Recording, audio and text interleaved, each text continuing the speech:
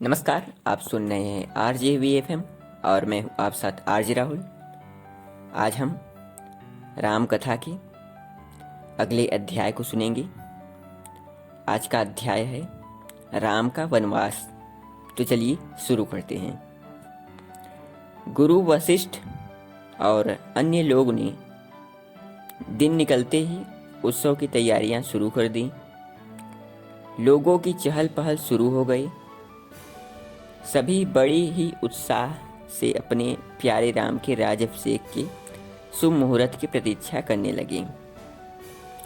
समय बड़ी तेजी से गुजरता जा रहा था, लेकिन राजा कहीं भी दिखाई नहीं पड़ रहे थे। गुरु वशिष्ठ की बेचैनी बढ़ती जा रही थी।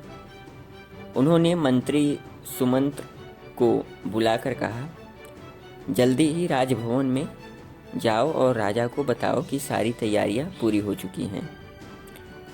बस उनके आने की ही प्रतीक्षा है। सुमंत तुरंत कैकेयी के भवन में पहुंचे, लेकिन वहां जब उन्होंने राजा को दीनहीन अवस्था में पलंग पर पड़े देखा तो उन्हें आश्चर्य का ठिकाना न रहा। क्यों महाराजा को क्या हुआ? ऐसा उन्होंने कहा। उन्होंने अधीर होकर पूछा। राजा शोक से इतने व्याकुल थे कि उनसे कुछ बोलते न बना। आज होने वाले उत्सव के कारण ये इतने उत्तेजित हो गए थे कि इन्हें सारी रात नींद नहीं आई। कैकेयी ने कहा, ऐसा कहा कैकेयी ने, आप जाकर राम को तुरंत यहाँ भेज दीजिए। महाराजा, आपकी क्या आज्ञा है? सुमंत ने ऐसा पूछा। हाँ सुमंत, राम को मेरे पास ले आओ, राजा ने क्षीण स्वर से कहा। सुमंत की समझ में नहीं आ रहा था कि यह अचानक हो क्या गया है। वे सीधे राम के भवन में पहुंचे। भवन के सामने सजे धजे और खुशी से झूमते हुए लोगों की भीड़ जमा थी। मुख्य द्वार पर लक्ष्मण खड़े थे। सुमंत एकदम अंदर जा पहुंचे, जहां राम अभिषेक के लिए बुलाए जाने की प्रतीक्षा में सीता के साथ बैठे थे। राजकुमार, महाराजा ने आपको बुलाया है, सुमंत ने कहा। राम को कुछ विस्मय हुआ। उन्होंने लक्ष्मण को बुलाया और उन्हें साथ लेकर राजभवन के लिए चल पड़े। जब लोगों ने राम को राजश्री वस्त्रों में बाहर निकलते हुए देखा तो गगनभेदी जय जयकारा करने लगे। उन्होंने समझा कि राम अब राज्याभिषेक के लिए जा रहे हैं। उन्होंने राम को जोर जोर से आशीर्वाद देना शुरू किया। स्त्रियों ने अपने छज्जों से उनके ऊपर फूलों की बौछार की। राजकुमार कैकेयी के भवन में पहुंचे और अपने पिता के सामने जाकर खड़े हो गए। केवल एक रात भर में राजा की जो काया पलट हो गई थी, उसे देखकर उन्हें बड़ा ही आश्चर्य हुआ। राजा एकदम वृद्ध, दीनहीन और थके हुए मालूम पड़ रहे थे। राम ने पहले उन्हें प्रणाम किया और फिर कैकेयी को। दशरथ ने रुधे हुए स्वर में पुकारा। जो कुछ हुआ था राम को उसका जरा भी ज्ञान नहीं था, लेकिन उनके मन में आशंका हुई। उन्होंने कहा, कहिए तात, क्या मुझसे कोई अपराध हो गया है? लेकिन दशरथ से बोला न गया। तब राम ने कैकेयी से पूछा, माँ, क्या मुझसे कोई भूल हुई है? तात कुछ कहते क्यों नहीं? क्या इन्हें कोई तकलीफ है, अथवा आपने कुछ कह कर इन्हें दुखी कर दिया है? नहीं, कैकेयी बोली, ऐसा कि नहीं, न तो ये बीमार हैं और न तुमसे दुखी हैं। कहीं तुम्हें बुरा न लगे, इस कारण अपने मन की बात तुम्हें बताने में संकुचा रहे हैं। ऐसी कौन सी बात है? राम ने ऐसा पूछा। कृपा करके मुझे बताएं, राम ने विनती की और रानी बोली, एक बार इन्होंने मुझे 2 वरदान देने का वचन दिया था, लेकिन जब मैंने आज उसे पूरा करने को कहा तो ये अब इस तरह अनुचित व्यवहार कर रहे हैं। राजा को अपना वचन पूरा करना चाहिए न? इस समय ये क्रोध और शोक के कारण कुछ बोलते नहीं हैं। यदि तुम मुझे वचन दो कि इनके वचन को पूरा करोगे तो मैं तुम्हें बता दूंगी। महाराजा ने तुम्हें क्यों बुलाया था? यदि पिताजी कहें तो मैं अग्नि में भी प्रवेश कर सकता हूँ, ऐसा राम ने कहा। केवल मुझे यह बता दीजिए कि वे चाहते क्या हैं। उनकी आज्ञा सिरोधार्य है। मैं वचन देकर उसे कभी नहीं तोड़ता। कैकेयी ने उत्तर दिया, मेरी इच्छा है कि तुम्हारी जगह भरत को युवराज पद मिले और तुम 14 साल के लिए वन में तपस्वियों की तरह रहो। इसी बात से राजा शोक में व्याकुल हैं और बोल नहीं पा रहे हैं। राम बिल्कुल विचलित नहीं हुए। जिन्होंने एकदम शांत स्वर में कहा, तो ऐसा ही होगा। भरत को राजा बनाया जाए और मैं आज ही वन को चला जाऊंगा। कैकेयी फूली ने समाई और बोली, हाँ, यही उचित है। इन कामों में देरी नहीं की जानी चाहिए। जब तक तुम यहाँ रहोगे तुम्हारे पिता अपना खाना पीना सब छोड़े रहेंगे। धिक्कार हो तुम्हें। ऐसा कहते ही दशरथ मूर्छित हो गए। राम ने उन्हें संभालते हुए कैकेयी से कहा, मैं अपनी माँ और सीता से मिलकर शीघ्र ही चला जाऊंगा। राम वहाँ से चले गए और उनके पीछे पीछे क्रोध से लाल पीले होते हुए लक्ष्मण भी चले गए। भीड़ से बचते हुए वे माता कौशल्या के पास पहुँचे। दूर से उन्होंने देखा कि अभिषेक की तैयारियां हो रही हैं और लोग खुशी मना रहे हैं। राम को देख कोई भी उनके मन की बात नहीं भांप सका। महारानी कौशल्या पूजा पाठ कर रही थी। तभी दोनों राजकुमार वहां जा पहुंचे। राजकुमारों को आशीष देने के लिए जैसे ही वे उठी, लक्ष्मण ने सारी बात उन्हें बताई। वे अचेत होकर भूमि पर गिर पड़ी। लक्ष्मण यह सहन न कर सके। वे राम की ओर मुड़कर कहने लगे, अभी तक किसी को कुछ पता नहीं है। मेरी बात मानो भाई, राजपद छीन लो। जो भी कोई इसके विरुद्ध आवाज उठाएगा उससे मैं समझ लूँगा। लेकिन राम तो ऐसी बात सुनना भी नहीं चाहते थे। नहीं मेरे प्यारे भैया, राम ने कहा, पिताजी का वचन पूरा करना हमारा कर्तव्य है। ऐसे विचार भी मन में मत लाओ। कौशल्या अब तक सचेत हो गई थी। वे बोली, ठीक कहते हो वत्स, लेकिन मैं भी तुम्हारे साथ चलूँगी। यहाँ कैकेयी के हाथों में दिन रात अपना अपमान कैसे सहूँगी? राम ने कहा, माँ, तुम्हें पिताजी के लिए सब कुछ सहन करना होगा। ऐसे समय उन्हें तुम्हारे सहारे की आवश्यकता है। 14 वर्ष यूं ही बात की बात में बीत जाएंगे और मैं लौट आऊँगा। कौशल्या ने अपने को संभाल कर उन्हें आशीर्वाद दिया। जाओ पुत्र, ईश्वर तुम्हारी रक्षा करे। मैं तुम्हारी वापसी की प्रतीक्षा में जीवित रहूँगी। माँ से विदा लेकर राम सीता के भवन में गए। सीता इसी प्रतीक्षा में थी कि राम राजमुकुट पहनकर आएंगे। लेकिन जब उन्होंने राम को बिना किसी राज चिन्ह के उदास मुंह लटकाए आते देखा तो उनका माथा ठनका। उन्होंने पूछा, प्रभु, क्या बात हुई? आप इतने उदास क्यों दिख रहे हैं?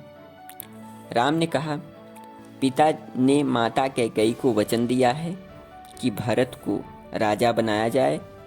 उनकी आज्ञा है कि मैं 14 साल के लिए तपस्वियों के समान रहने के लिए वन में चला जाऊं। सीते, मैं तुमसे विदा लेने आया हूं। मेरे जाने के बाद ऐसा कुछ भी मत करना जो भरत को बुरा लगे। सदा ध्यान रखना कि वह राजा है। क्रोध और शोक में डूबी सीता रोती हुई बोली, नहीं नहीं, मैं यह न सह सकूंगी। मैं आपको अकेला नहीं जाने दूंगी। मैं भी आपके साथ चलूंगी। राम मुस्कुराए और मुस्कुराकर बोले, वन में क्या क्या कष्ट उठाने पड़ते हैं तुम्हें मालूम नहीं है। तुम राजमहल में पली हो, उन कठिनाइयों का सामना कैसे करोगी? प्रिय, वहाँ नंगे पांव कांटों में चलना होगा। खाने को कभी मिलेगा और कभी नहीं। सदा जमीन पर सोना पड़ेगा। ऐसा कठिन जीवन बिताने के लिए मैं तुम्हें वन में कैसे ले जा सकता हूँ। लेकिन सीता इतनी आसानी से मानने वाली न थी। आपके साथ कांटे भी मेरे लिए फूलों के समान होंगे, ऐसा सीता ने बोला। मैं आपके बिना एक दिन भी नहीं रह सकती हूँ, फिर 14 साल अलग कैसे रह सकूंगी। सीता ने सिसकते हुए कहा, स्वामी मुझे भी अपने साथ ले चलिए। अंत में राम को मानना पड़ा। जब लक्ष्मण को इसका पता चला तो वे बोले, मैं भी आपके साथ चलूँगा ताकि आप दोनों की सेवा कर सकूं। मुझे साथ ले जाना अस्वीकार न करें। राम ने समझाने की कोशिश की, लेकिन लक्ष्मण किसी तरह नहीं माने। इसके बाद तीनों वन जाने से पहले महाराजा से विदा लेने गए। उन्होंने देखा कि महाराजा को रानियों और मंत्रियों ने घेर रखा है। सभी मंत्री इस घटना से बहुत विक्षुब्ध थे। वे कैकेयी को समझा रहे थे, महारानी जो कुछ आप कर रही हैं एकदम अनुचित है। राम निर्दोष हैं, महाराज उन्हें वनवास कैसे दे सकते हैं। लेकिन कैकेयी अपनी जिद पर अड़ी रही। रघुकुल की परंपरा के अनुसार सबसे बड़े पुत्र को ही युवराज पद मिलता है। वह अयोग्य हो तब बात अलग है। मंत्रियों ने तर्क देते हुए समझाने की कोशिश की, लेकिन कैकेयी ने उनकी बात अनसुनी कर दी। असहाय से दशरथ राम की ओर मुड़कर बोले, बेटा मैं तो वचनबद्ध हूँ, लेकिन तुम नहीं। मुझे बंदी बना लो और अपना राज्य संभालो। तुम ही इसके लिए असली उत्तराधिकारी हो। राम ने दुखी होकर कहा, पिताजी शोक के कारण ही आप यह कह रहे हैं, लेकिन मैं ऐसा नहीं कर सकता हूँ। आप हमें आशीर्वाद देकर विदा करें। राजा गिड़गिड़ाते रहे, मेरे प्यारे बच्चे कम से कम एक दिन तो और रुक जाओ। राम ने उत्तर दिया, नहीं पिताजी, इससे तो विदाई का दुख और भी बढ़ेगा। हमें तुरंत जाने दें। कैकेयी ने फौरन वैसे ही वल्कल वस्त्र मंगाए जैसे जंगल में तपस्वी पहनते हैं। राम सीता तथा लक्ष्मण को पहनने के लिए दे दिए। गुरु वशिष्ठ यह देखकर क्षुब्ध हो उठे। सीता तपस्विनी के वेश में वन को क्यों जाए? नहीं, सीता नहीं जाएगी। वह राजसी वस्त्र और आभूषण पहन राम की जगह राजगद्दी पर बैठकर शासन करेगी। सभी लोगों की आंखों से आंसुओं की छड़ी लग गई। वशिष्ठ बोलते चले गए, यदि सीता जाएगी तो हम सब अयोध्यावासी भी उनके साथ जाएंगे। भरत यहाँ सूनी अयोध्या पर राज करेंगे। जहाँ राम रहेंगे वहीं उनकी प्रजा भी रहेगी। दशरथ भी अपने क्रोध को न रोक सके और कैकेयी से बोले, दुष्टा तू तो बहुत आगे बढ़ती जा रही है। मैंने सीता को वन भेजने का वचन कहाँ दिया है? कोषाधिपति जाकर इतने वस्त्र और आभूषण लाकर सीता के साथ रख दे जो 14 साल के लिए पर्याप्त हो। सबसे विदा लेकर तीनों चलने के लिए तैयार हुए। रथ उनकी प्रतीक्षा कर रहा था। उनके साथ मंत्री सुमंत भी गए। अब तक यह अशुभ समाचार सभी नगरवासियों को पता चल गया था। जहां उत्सव की धूमधाम थी, वहां रोना पीटना मच गया। लोग राम और सीता को जाने नहीं देना चाहते थे।